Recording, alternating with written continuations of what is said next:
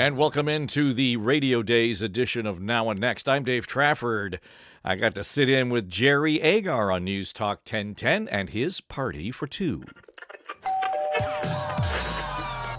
Come on in. You're invited to Jerry Agar's Party for Two. I like this kind of party. Brought to you by Kotak Law, your long-term disability lawyers.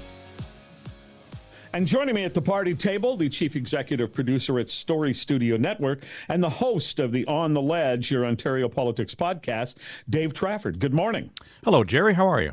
I'm well. So the legislature is getting back into session. I'm going to ask you what you think. But first of all, here's what NDP leader and opposition leader Merritt Stiles thinks. He's throwing everything at the wall to see what's going to stick, to try to get people to stop talking about those things that are actually on people's minds. A big one, which I was very clear about in the last few weeks, is the cuts to the OSAP grants. I'm going to be forcing a vote on that first thing this morning, and I hope the government will agree to reverse the cuts. Okay. Are you expecting big things? It's not going to be a long session. It's not going to be a long session. I'll be curious to see what the first question is today from Merritt Stiles, and if in fact it's about transparency, it will be about the Freedom of Information Act changes. And while that will resonate certainly with the likes of, media and newsrooms and the opposition, I'm just not sure, to her point, those are the things that resonate with the average Ontarian. But I listened to Deb Hutton this morning talking to John about this, and I think both of them, Merritt Stiles and Deb, although they wouldn't share a lot of political common ground, I think the common thread between the two conversations is there's a lot of flack in the air right now, and what is it we're going to focus on?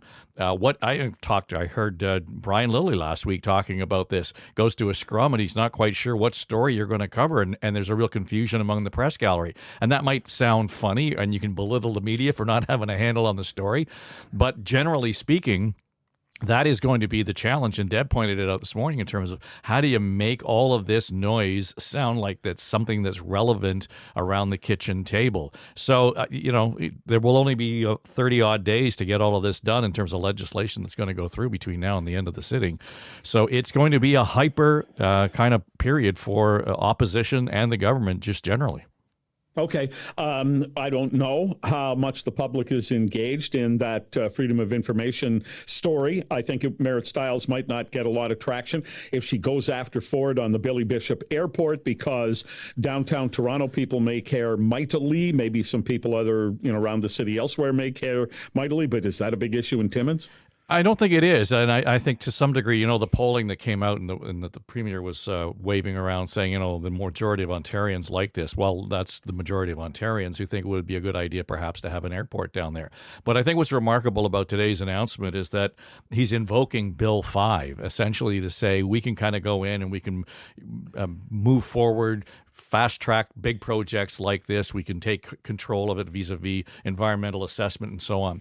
So a year ago, or just over a year ago, heading into the summer, we thought Bill 5 was going to be the fire that was going to ignite between Queen's Park and the First Nations communities in this province. That didn't happen. In fact, Ford got agreements on the Ring of Fire and moving forward on a lot of those big projects with some of the First Nations without invoking the powers of Bill 5. But here he is having to use it to take on City Hall in Toronto. So I just think it's worth pointing out that that's the heavier hand that he's going to use in terms of making sure that this is done in Toronto. A heavy hand that every premier has in this country is the Notwithstanding Clause. It is under attack right now in a Supreme Court challenge. I talked to constitutional lawyer Courtney Betty this morning. He said the Supreme Court doesn't have any decision to make here. It's baked into the charter. It's one of the reasons that, and perhaps a premier reason, that the various provinces signed on with Pierre Elliott Trudeau to get the charter in place. So do you see anything big happening there? Well, here's my question. If the Supreme Court's hands are already tied on this, what exactly are they going to decide on? Because the Supreme Court decides whether or not they're going to consider a case, right? So there had to have been something around that table that said, this is law worth reconsidering or considering. And so some of the analysis I saw suggests that while they really can't do much about the notwithstanding clause per se, and the law, if the province wants to invoke it, it goes ahead. But there's questions around the guardrails, or questions around the proclamations or declarations that they may make around certain laws to say this is contrary to human rights, et cetera, et cetera. But nonetheless, the notwithstanding clause has been invoked, and that law will stand. But to really kind of plant a flag and say this is contrary to our human rights in Canada, whether they'll go there or not. And again, I'm not sure what point that would serve. Then you start to talk about performative. That sounds performative. So I'm really not. I mean, I think it's a fascinating argument, but I'm really not sure what it is they're trying to decide here.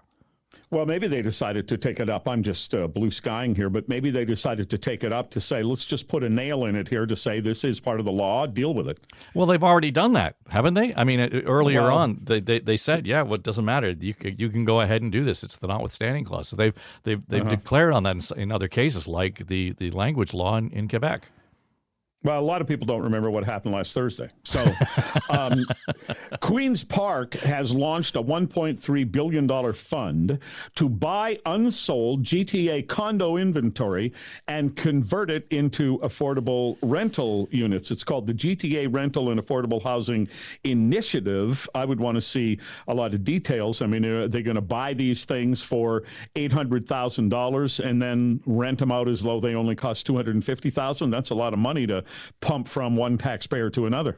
Well, and it's also a question of, is this affordable housing? Is this housing that is going to actually serve a community that needs it? As well as anybody, when you go downtown and you start looking at some of the condos that were built in the last 10 years, they're 400 square feet, and there's no room to actually pull out couch or open the door to the bathroom or whatever it might be. But those are the condos nobody wants, and those are the condos that we were building up until not so long ago. So if that's what they're doing, okay, I guess. But what market are they actually going to serve with that? And is there a demographic that's going to actually be able to go in and afford it and raise a family? Yeah, I don't know, because if the condo was going to sell for some of those small condos, I think that the whole plan was they were going to sell them to people who were going to flip them. I mean, it was just a goofy market that was happening there. But if it's a 400 square foot, some of them are smaller than that, condo, keep in mind that a two-car garage is 400 square feet, essentially. So that's the size we're talking about. I suppose if you could buy one for 200 or 1,000 or something, you might say, well, it's at least a start for me, and I've got a place to live as a single person. But they're 20% below market rate doesn't get you down to that level. So I'm not sure whether this is actually a workable plan. Yeah, again, it's if the intention is to help with affordable housing, and this is going to help individuals in terms of affordable housing, but the province is going to take a haircut. I'm not going to blame them, though, for moving forward and freeing up housing and making sure that it's available if this is just going to sort of wither on the vine. Well, one of the things Canadians are doing as life is getting more and more expensive here, Canadians are increasingly choosing to stream with ads as prices rise. I guess it's because I'm a broadcaster and so are you. I'm never that bothered by the ads. You and I have made careers out of it just because somebody was buying the ads around what we were having to be talking about. But I think if you start to look at it though, and we do an audit every once in a while in the house, how many services do we have? Holy cow! And do we use it? And you can turn it off, you can turn it on, but it doesn't take long for it to pile up and get more expensive than the cable subscription that you had, 5-6 years ago. So I can see why people would be doing that if they want the shows and they're willing to put up with the advertising. There's already, as you point out, a model for that in broadcasting long term. So to suggest that this is something new I don't think so. I think that was already baked in where people were willing to do that. All right. So you're the chief executive producer at Story Studio Network. You're the host of On the Ledge, your Ontario Politics podcast. Do you do all that from home? I do. All right. So you don't care about the price of gas? Oh, no, I do. I'm just looking at this thinking, holy cow, is this sustainable? Or so seriously. I mean, we look at, you go back to the 70s when we had the fuel shortage and there was rationing and all of those sorts of things that were happening. And we've had a couple of times through the history where there has been that kind of huge spike in oil and gas prices. 2008 was similar to this, but this just doesn't seem to be anything that's going to go away in a hurry, despite the news today around Trump backing off for 5 days to see how things go with Iran. But at the same time, holy cow, we are already in a stage where things are unaffordable. Things are challenging enough at the grocery store. This just compounds it. Here's my question. How is the Premier and Minister Bethlen Falvey going to address that very real affordability issue in the budget this week? That's got to be front and center, right? Sure, they can take a tip from Jimmy Carter, get a VW Rabbit and drive 55. You could do that for sure. That's what he did. And I will just say, we've been driving hybrids for a while, and we recently just got a new model, a hybrid. I'm just grateful that very little of my mileage right now is gas. I can plug it in and away I go. So I'm cheering for that for sure. Okay, until we up the taxes on the hybrids and the EVs, because we're going to have to do that. Well, and the price of my hydro is probably going to go through the roof as well, but I get it. All right, Dave Trafford, thanks very much. Cheers, Derry. Thanks for having me. Yeah, coming up, at what point is it too expensive to go to work? Let's talk about that. Now and next is an Eye Contact production.